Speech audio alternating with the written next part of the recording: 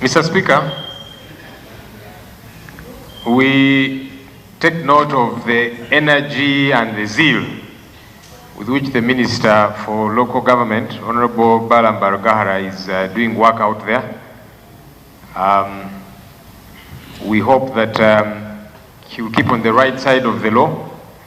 That's very important for some of us. I actually saw the Vice President cautioning him, one of those functions, saying the work that you're doing is important, but make sure you operate within the law. You see, corrupt people are very smart. They will look for a loophole. So you don't want to give them any loophole to take advantage of. So it's very important that that gets to happen. And that's why I disagree with one of the proposals you raised, Honorable, that suspects be denied bail.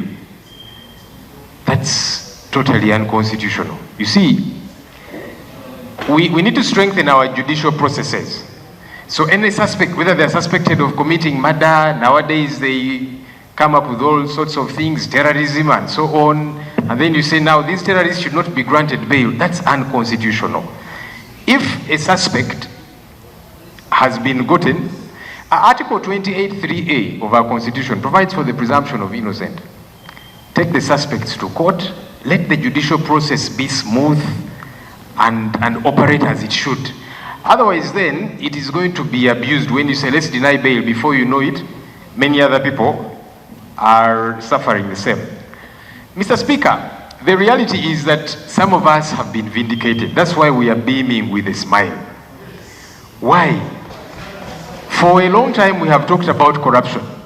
We have screamed our voices hoarse. And as we were exposing this corruption and corrupt tendencies, we were branded as enemies of progress, you know, that we are anti the state, and all of these different things, that we are malicious. Forgetting that when corruption is tackled, it's for the good of all of us. When we talk about corruption as opposition people, it's not because we are opposition. First, we are citizens of this country. And so when we tackle corruption, it's for the good of all of us.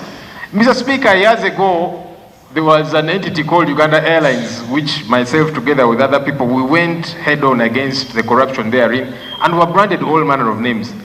But time has a way of vindicating us. And now, action is being taken in that entity. Parliament became a subject of corruption, and many of us were called names. And we said, no, let's deal with the issue. And we have been vindicated. So it's very important. Now, Mr. Speaker, this is not even for the Honorable Balaam. This is for government generally. If government is really serious about the corruption fight, it needs to empower the anti-corruption agencies. You see, if you expect that Honorable Balaam is about to tire out, the work that he's doing, running here, running there, and so on, it's good to scratch the surface. It only scratches the surface. It does not fight corruption to the core. And that's why we must empower the anti-corruption agencies and allow them independence in their operations. Because, yes, as I've said, the individual raids, they can cause excitement here and there, but in the long run, what happens when corruption is not fought institutionally? He will run around, scratch here, and then he will go to another place. But because the institutional capacity has not been developed, they will continue to do their own things as he has gone elsewhere and that kind of thing. It is not sustainable, Mr. Speaker. Also, the challenge these agencies do suffer. Sometimes when they go after the big shots, they are told, you keep off this one. And so we end up wasting time. Go slow on some of these individuals. We send a wrong message when some are touchable and others are not touchable, Mr. Speaker. Mr. Speaker, where are these agencies? Because sometimes I have seen the concern that some of these agencies have issues. Let's deal with the structural issues. But it becomes a problem when we begin to duplicate. There is State House Anti-Corruption Unit, there is State House Investor Protection Unit, and all of these. The genesis of these was the IGG at the time was not doing their job. If the IGG is not doing their job, fire them, hire the right one. So now what happens when these others also fail on duty? Are we going to create a third layer? So we cannot keep duplicating. If an entity is failing on job, hire the right people.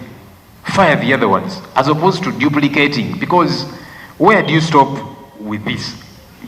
Mr. Speaker, the fight against corruption should not be selective, should not be seen to be selective. That's very, very important, that both the small and the big fish are targeted. When there is a perception that some small people can be touched, those who are building bad bridges, a bridge that should cost about 50 million shillings, but people who are stealing billions of shillings are not touched, we are sending a wrong message. And so it should be an all-round kind of approach. And there are numerous examples, Mr. Speaker. In the last Parliament, we had the challenge of the Karamoja iron sheets that were taken where they should not have gone. And some people seemed to have been untouchable. Right now, the Honorable Agnes Nadutu is in jail. And for me, I don't even defend that she should not be in jail. If she stole iron sheets, she should be in jail. But is she the only one who took iron sheets made for Karamoja? No, and that's the reality.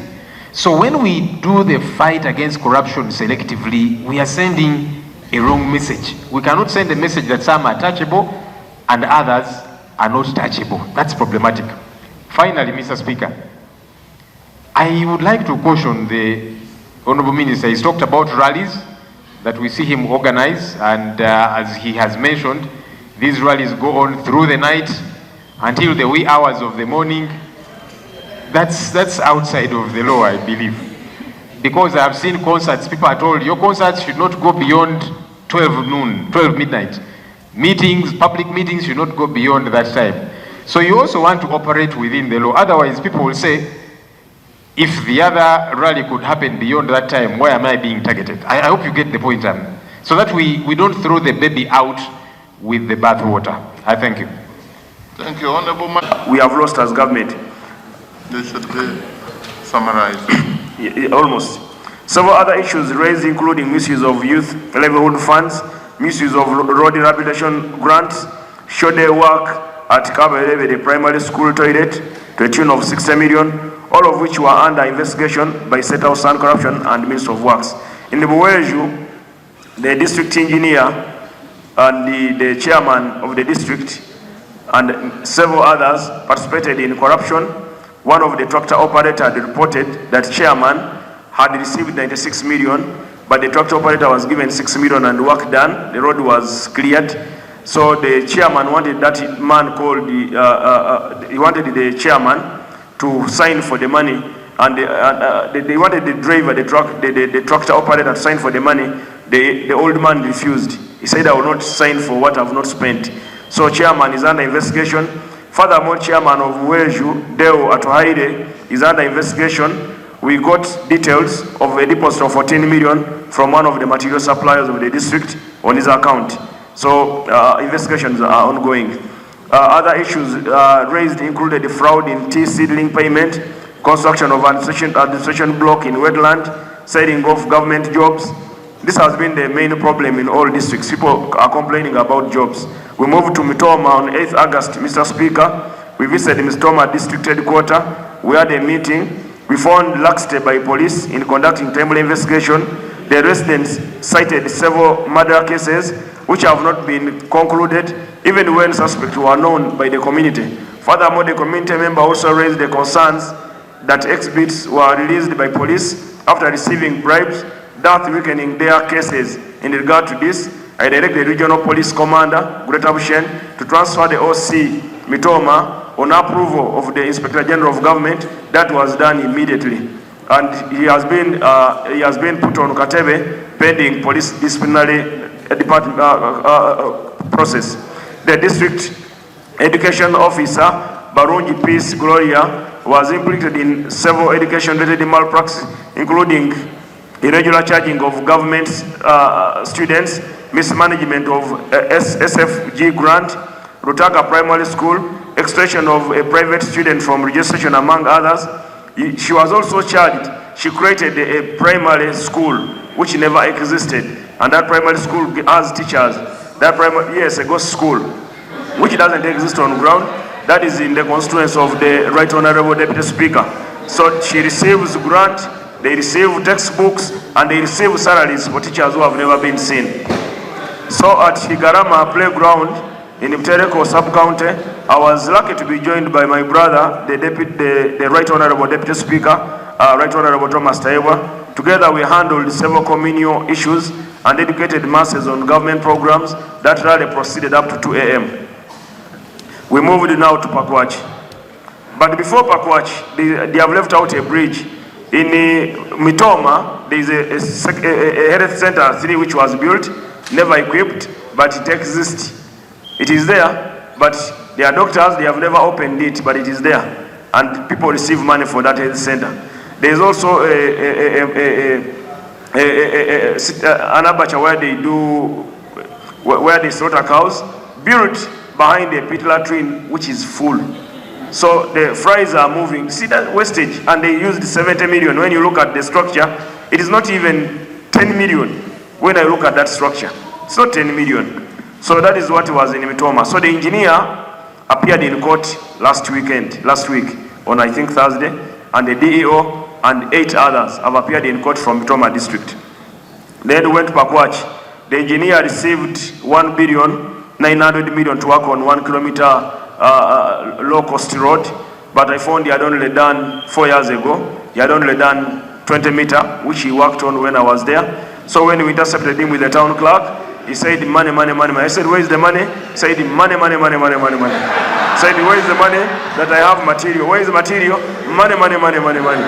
So that one, he has appeared before the anti-corruption for misappropriation of funds. The district inspector of school, it's really unfortunate.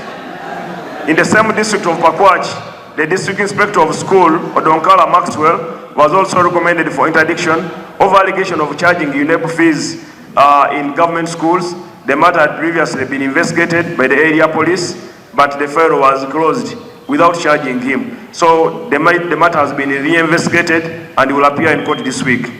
Other concerns raised during the campaign in Pakwach included alleged extortion of PDM, which will be followed up jointly with the police. In Pakwach, I was joined by the 2 members of parliament, Honorable Pachto and Honorable Marshall. We conducted a rally, which I think also ended in the wee hours of the morning. During the rally, they mentioned a prominent man called Babangina, who has been collecting on behalf of the district official from every circle between 25 million from every 100 given to a parish. So they take about 25 and the parish remains with 75. So Babangina is on the run. Our last investigation shows his line at the cross around Alwara, but still our forces will get him and he will be brought to justice. In Maracha district on 14th August, I was accompanied by the area members of parliament and other DCs and LC5 chairperson and other district leaders. Issues raised under investigation at Koi and the Madria Primary School, they had inflated numbers, figures were identified. We found in one school, they had 2,200 students receiving capitation grant, but in actual sense on ground, what I counted physically, and with examination papers which were in class, because they had done exams and all exams were there, so all classes had the representation. And what the director of study had, we found they had put in fake figures amounting to 1,500 for one primary school. Another school had added 800 ghost people to benefit from capitation. And these are sample schools. These are schools that I did sample. Now, what is happening, we could find whatever we have in UPE, half of it are ghosts. So we need to do more as leaders so that we save that money and we put that money, maybe we add on the capitation for the actual number than having a bigger number who don't exist. So yes, we're in touch with the Honorable Dr. Muyingo. Other concerns raised included alleged extortion of PDM. 7 people were arrested. They confessed, including LC3 chairperson.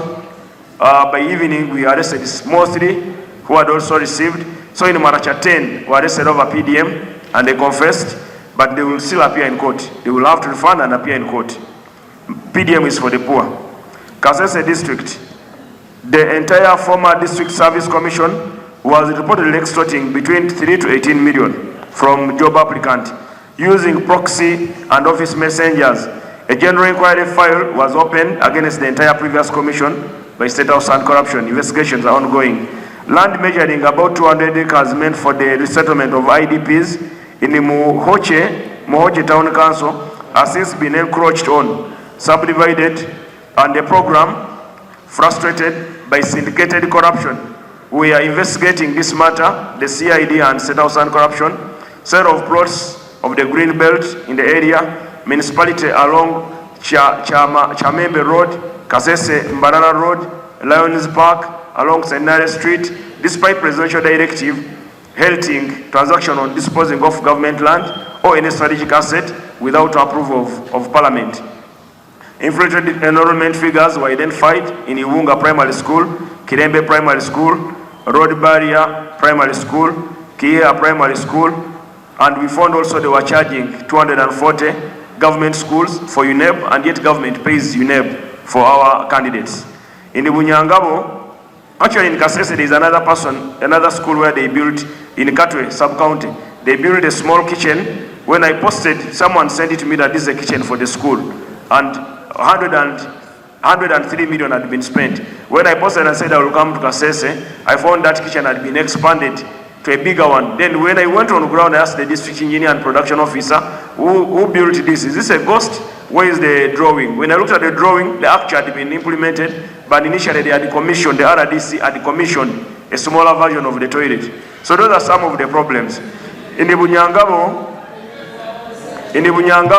inflated enrollment figures were discovered at Muhez Secondary School, Rimi SS, Kibito Secondary School. These schools were also charging students between 110, 420 per student per term. So much has been lost.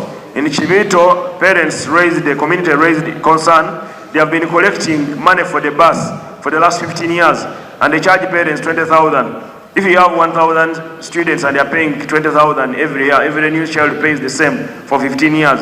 So the management is under investigation to ensure parents get their refund. Local economic growth support legs market at Nyakigamba, appropriately constructed at a cost of 1.5 billion, had only scanty shed, pillars, no toilet. The slaughterhouse was discharging blood straight to the stream, the same stream where people are collecting water. So the town clerk of Kinyamaseke, the town clerk and the manager of Kinyamaseke market were immediately arrested. They had also diverted 620 million shilling meant for a shed. Visibly worn out iron sheets were put instead of putting new iron sheets. So those ones will appear in court this week. In the Bundubujo district, Akitenye and the Kasulanga Primary School in the Bundubujo, the school head teacher added numbers, ghost numbers, to attract higher capitation funds. They said the teacher had also irregularly recruited private candidates into primary 7, a fee of 188 per student in the breach of UNEB. Actually, in the Bunyangabo, Kasese, and the Bundubujo, the money meant for road fund, I cannot confirm that they are doing any work. They are not doing any work. That money is for sharing. They share the district, sit and agree on how to share. So I'm encouraging members of parliament who sit on those works committee to ensure that money is spent. There is no work done for that money. In Bundubujo, we found bridges, one bridge which cost 350 million shilling, which collapsed without a single iron bar. Not even the smallest iron material called steel wire was not installed. Nothing. So it was washed away. Now they have improvised with the eucalyptus for students to cross. Did you say bridge collapsed? There was no even a steel wire? Not even a steel wire, not even a steel wire is the smallest steel. Iron? No iron bars, no BRC, nothing of steel that can hold a bridge to stand. So they piled the stones, a Roman kind of construction. For them, actually, they're experimenting the Roman Empire. They are doing Roman bridges. So they had 3 bridges. One bridge was built where there is no stream, where there is no water, in Nyachisinga. I was with the Honorable Minister, Honorable Ntawaz. I asked Honorable Ntawaz, now which river is this? They said that we're expecting a river problem. They're expecting a river from the mountain anytime. So they have installed a bridge. That one they had used 113 million. Bundubujo, there is a market at Nyachisinga, the border market, built at a cost of 2.6 billion. The place is flooded. no drainage. The toilet is poorly constructed. The contractor, the engineer, the town clerk were arrested on the spot. They will appear in court this week. My observation, Right Honorable Speaker, on the above findings. So far, 94 people have been arrested. 19 accused persons have appeared before courts. 45 cases, others, actually the total number of interdicted officers now in local government are raising to about 300 in number. We interdicted them to allow an impartial investigation to take place. Because you cannot have an auditor or somebody who has been mismanaging remain in office as forensic audit is taking place. So over 310 have been interdicted. However, many of these people, the total amount of money saved in this operation or identified that could be recovered from the culprits is 14.7 billion. And as mentioned, Right Honorable Speaker, we are doing sample attack in a given area. We are not covering a district. For instance, Zimbabwe has a total of 50 national-wide issue. So what we need to do is, Right Honorable Speaker, as Parliament, we need to support the President and government to see that our young people in the different schools where we control get free education. Those who don't want to take porridge should get free education, because capitation grant covers chalk, exam, and any other cost. Apart from external charges like trips, those are met by the parents and the food. But their parents who don't want food, who can give their children. So we should insist, all of us, that no charging people or students in UCA and UPE school money under disguise of meals, which are never provided in most cases. So on inflation of capitation grants, which should be based on actual enrollment number. The vice is perpetuated by the negligence of the respective education officers in municipalities, cities, and districts when they fail to verify actual enrollment numbers in school under them. Yet they are facilitated with the monitoring fund. In each of the districts, they get monitoring fund. Regarding the road maintenance grant, we observed shoulder work across numbers of local government, and in most local government, like in Mitoma, they have not done any road under the 1 billion fund the last 2 financial years. That was confirmed by area members of Parliament. The engineer, who's called John Bosco, who the locals celebrated for him being sent to court and is now on remand, he had become a big nut. He collects more money to fight any politician to lose a seat. And he has been threatening people about that. He's too wealthy. Nobody could touch him, but that one we sorted him. Government job, Right Honorable Speaker, the vice is rampant, and most reported in when those who bribe are not finally given, they come out and report, like in Buweju, in all those western districts and Bugisu, we have had that. The campaign is led by the people. Right Honorable Speaker, we are not spending any money to mobilize people to come for those rallies. As government, people are coming by themselves. We are not transporting them. We are not providing water. We are not providing food. We are not providing a tent. All we put is a platform, which is also a donation. There is no budget that I found in Ministry of Local Government for such activities. So some of these things we are trying to make the work to be done. Right Honorable Speaker, the fight against corruption is possible and winnable with the right people and tools at hand. Corruption will be a thing of the past through national mobilization and continued initiatives like the above.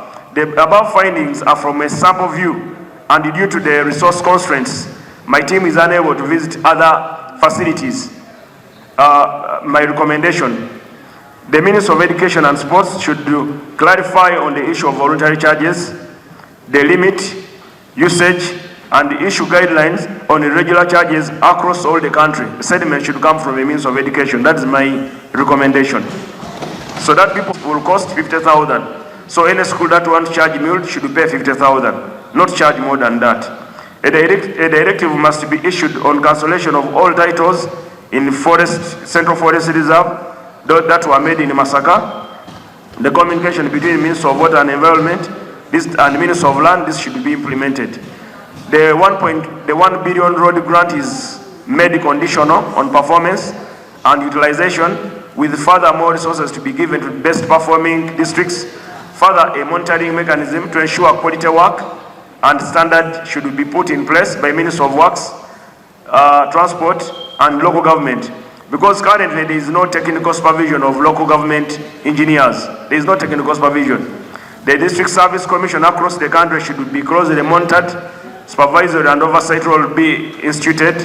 This will be made possible when we make amendment in the Local Government Act that I intend to table before Cabinet and Parliament very soon, where local government staff should be on rotational basis, not have a local government staff serving 25 years in Bunyangabo. He becomes a small king in one district.